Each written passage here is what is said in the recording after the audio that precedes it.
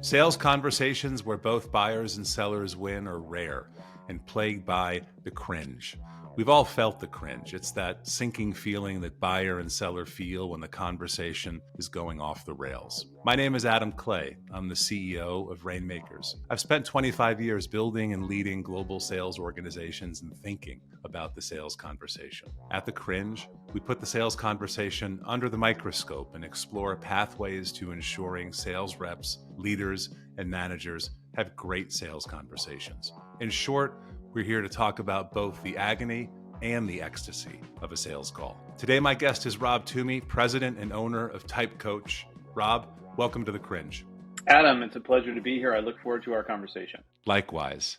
So tell us a little bit about Type Coach and the kind of sales conversations you and your clients have. Sure. So we've been at the whole business for the last 19 years. My wife and I started it together out of our house, and it's turned into a whole global operation, which has been a lot of fun. Essentially, we're teaching people how to identify the personality type of others based on clues and behavior, and then how to adapt accordingly. So our whole focus is on improving the interpersonal communication with the people who may be a very different personality type from your own. A large percentage of the people we've trained are in key influencing roles, whether it's a formal sales role or a role that requires them to be adaptive communicators and flex their style to meet a wide range of different personalities.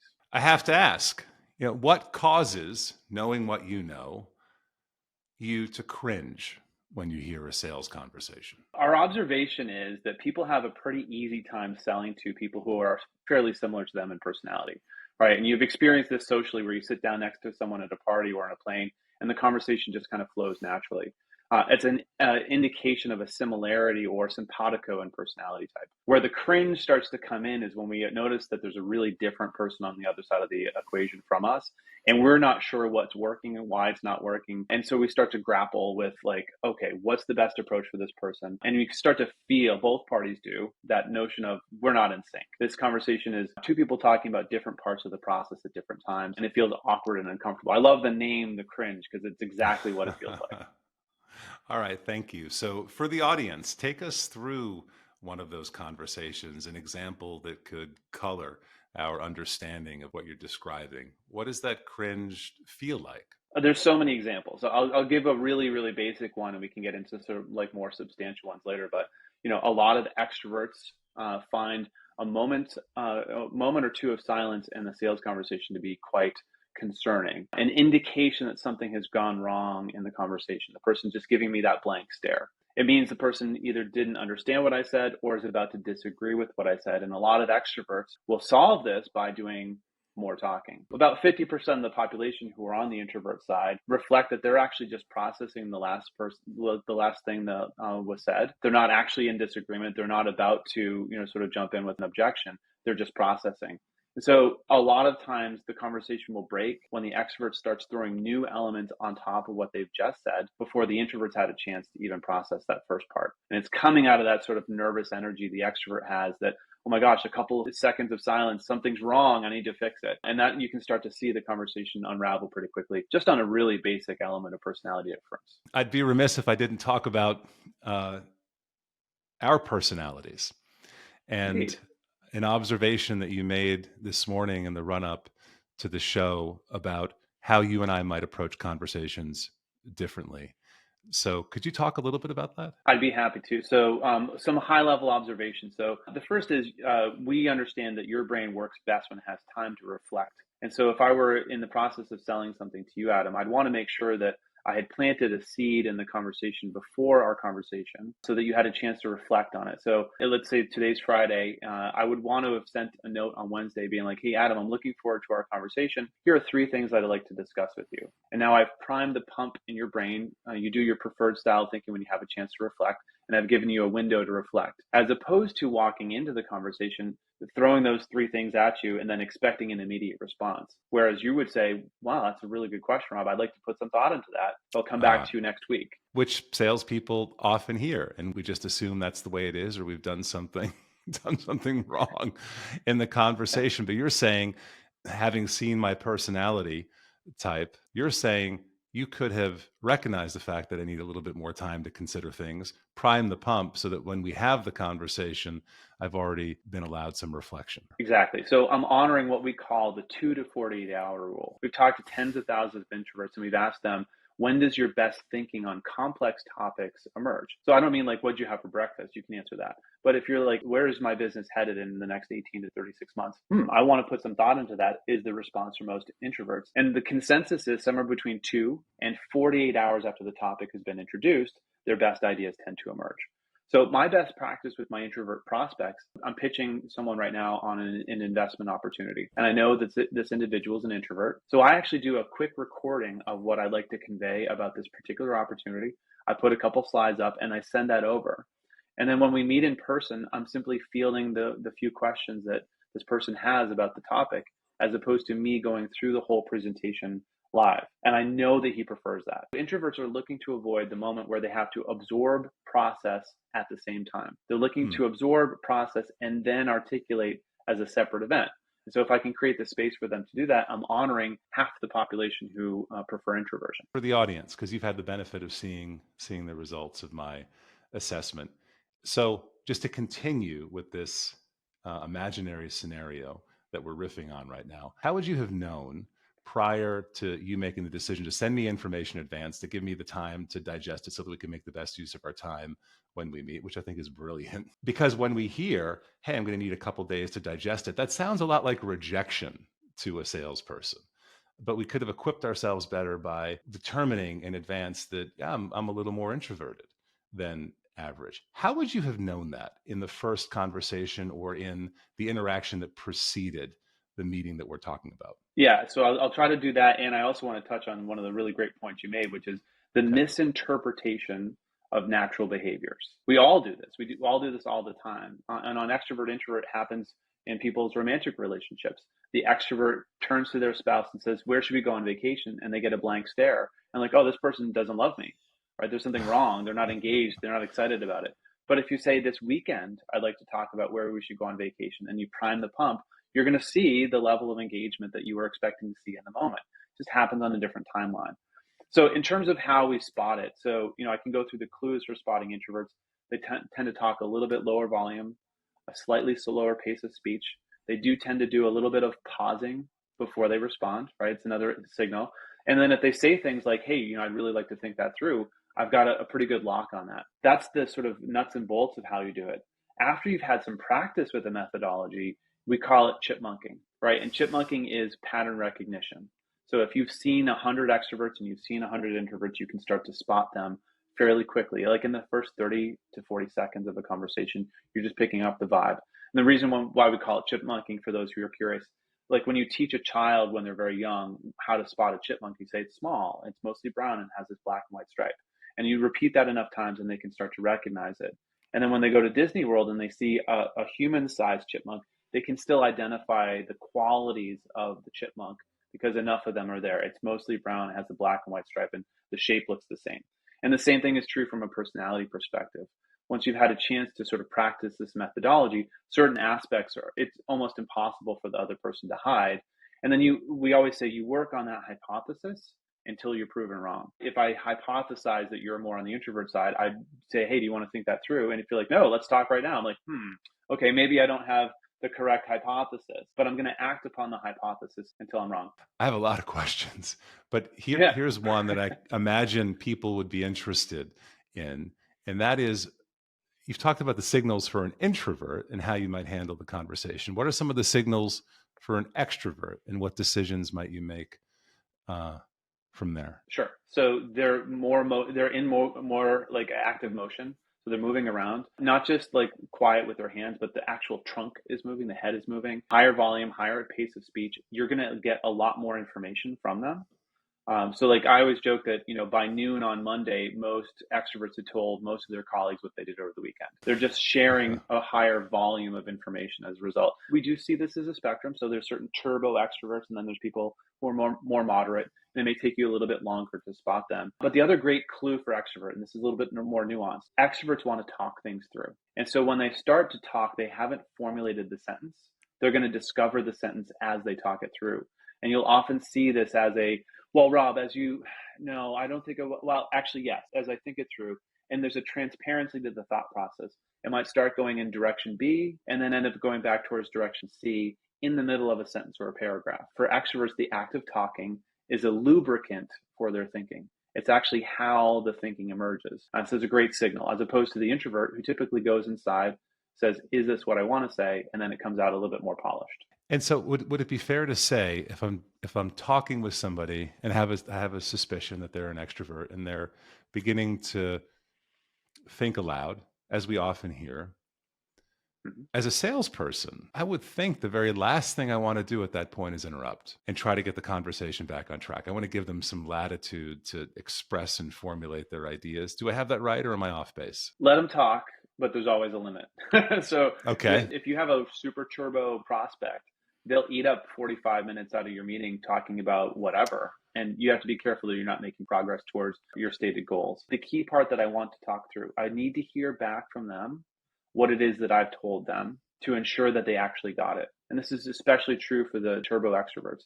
So to clarify, I don't believe that they will remember our conversation until I've heard them say it themselves in their own words. So something like Hmm. this needs to happen in the conversation. So Rob, what I'm hearing from you is that type coach can come in and help my blah blah blah blah blah. Them saying it back to me is the moment of truth for the extrovert. The information is crystallized in their brain is when they say it back to you. So, Rob, what I find so interesting about what you're describing is that, as sales leaders and as salespeople, we often think the right thing to do is take a one size fits all approach to a conversation. And of course, scripts are used less now than they ever have been before, but still, people treat every conversation with every person they have, regardless of personality type, as roughly the same thing. And what I thought was so intriguing about what you're saying is that there's just a better way to do it. Yeah, and it's funny. So I love working with salespeople because they're hungry for this kind of thing, right? They're like, "Wait, you're saying that it could be easier?" So I'll step back one second. So a lot of salespeople, not all of them, are really good at running into a wall and then saying, "I'm not going to go through that wall. It's too hard." And so they'll often disqualify people from their sales process because they don't know how to communicate with them. Like, "Yep, I can't sell to people like that," and they move on to their next prospect. Hmm. There was probably an opportunity for them to make some adaptations in their approach to open that door, but they felt that it was closed, and they are in the habit of just sort of moving aside and moving on to the next prospect on the list.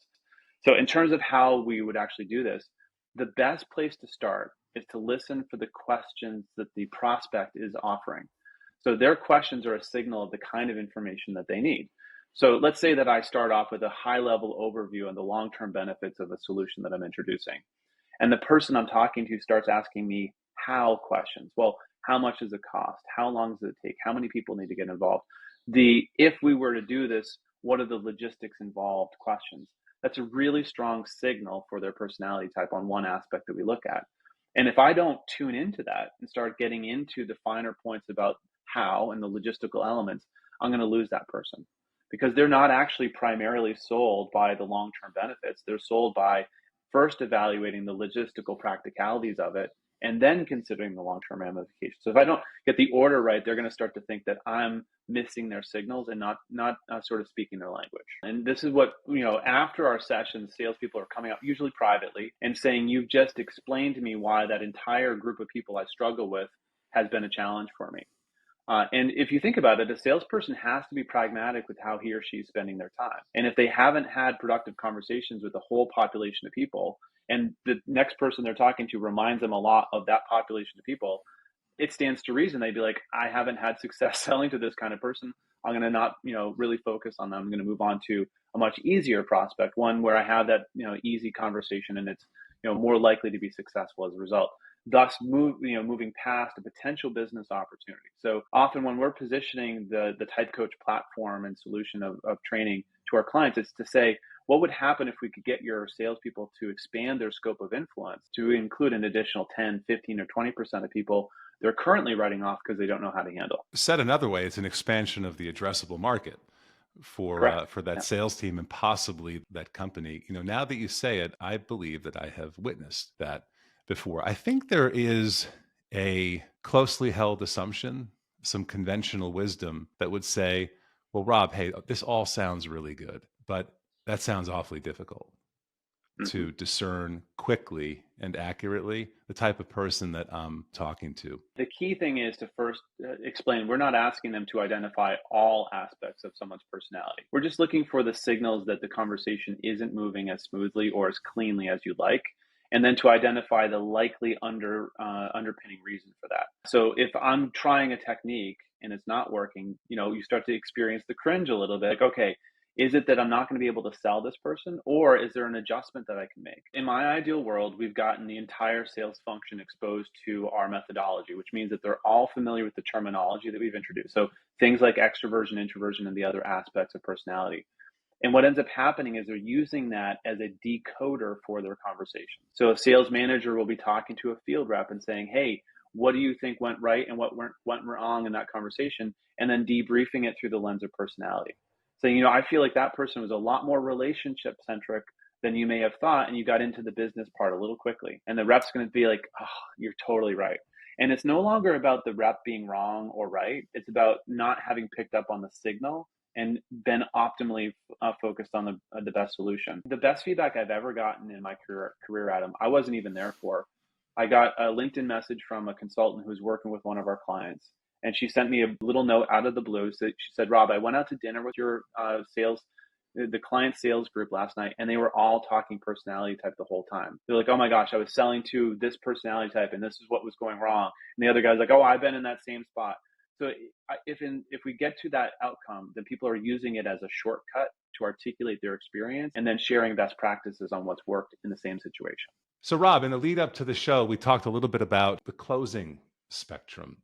Tell us a little bit more about that. Yeah, this is one of the most sort of fun things to introduce to salespeople is this notion of the closing spectrum. So in our model of personality, there are 16 possible personality types.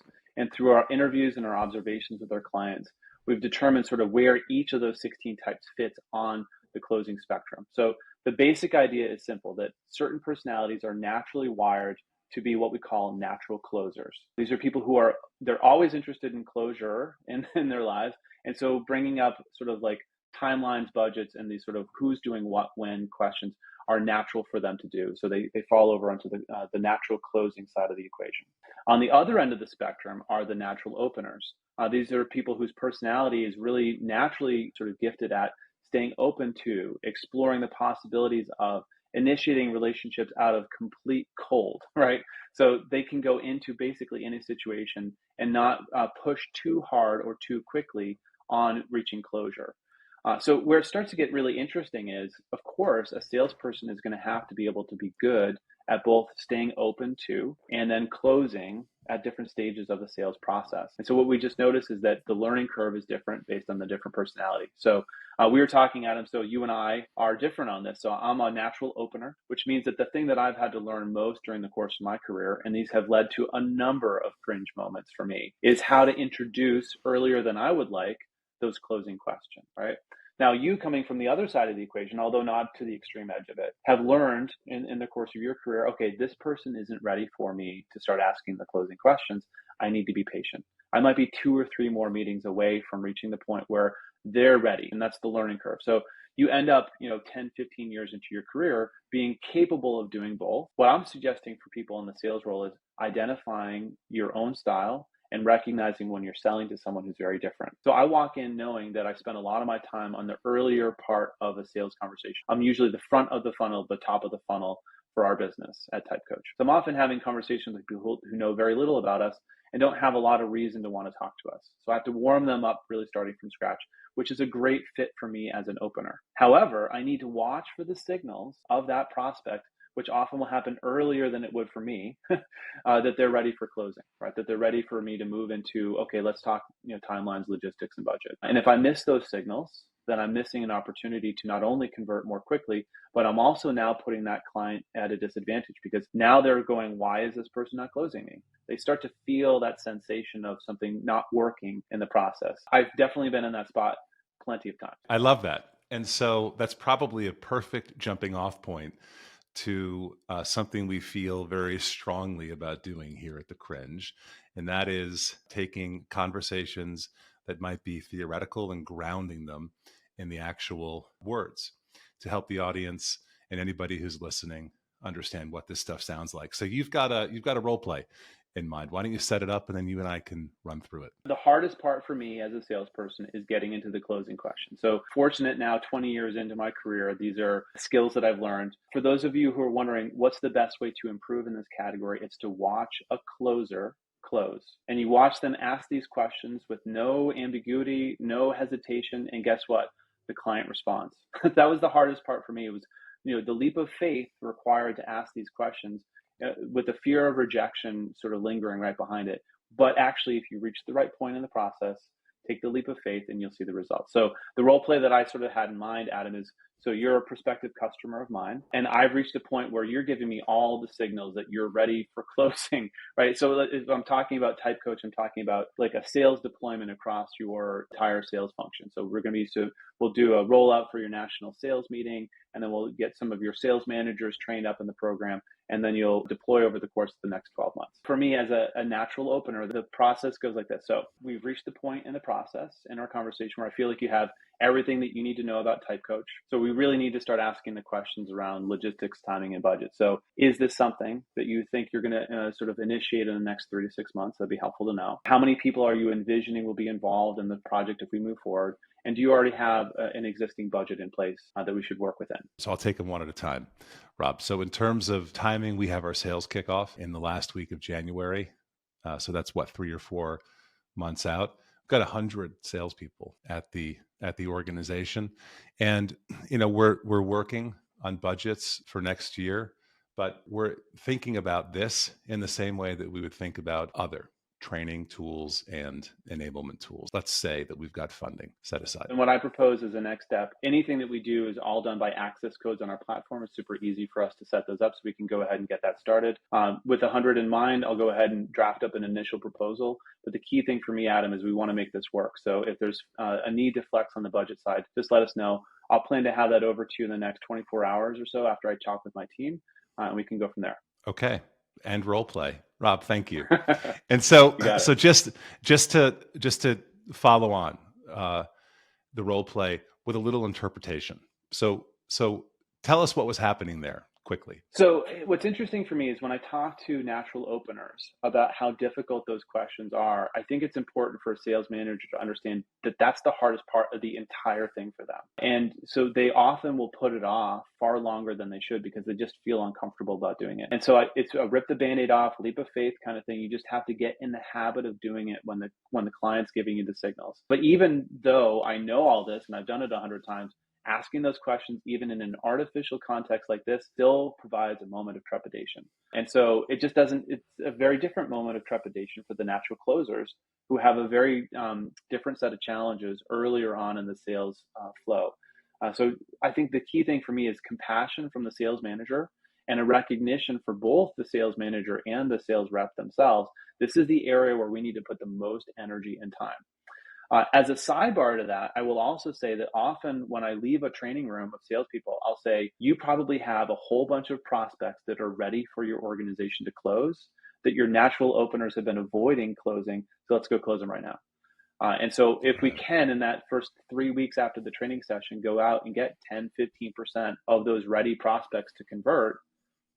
And then while I'm at it, there's only one other thing that's really kind of fun to do, and that's pairing up a closer with an opener on some sales engagements because they can cross-pollinate their success. Having a closer watch an opener work the early part of the process is eye-opening in the same way that having a closer go through their closing process with a natural opener watching it is really powerful. All right.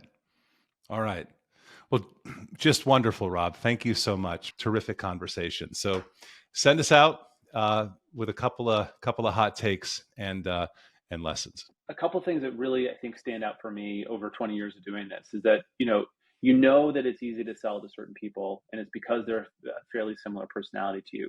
So the hard work is learning how to identify when there's a difference and flex.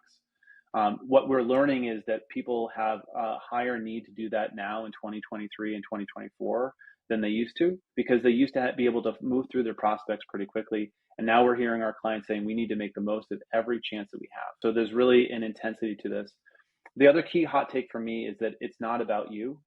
It's not about how you would ideally be sold to, or it's not about your timeline. It's about the buyers.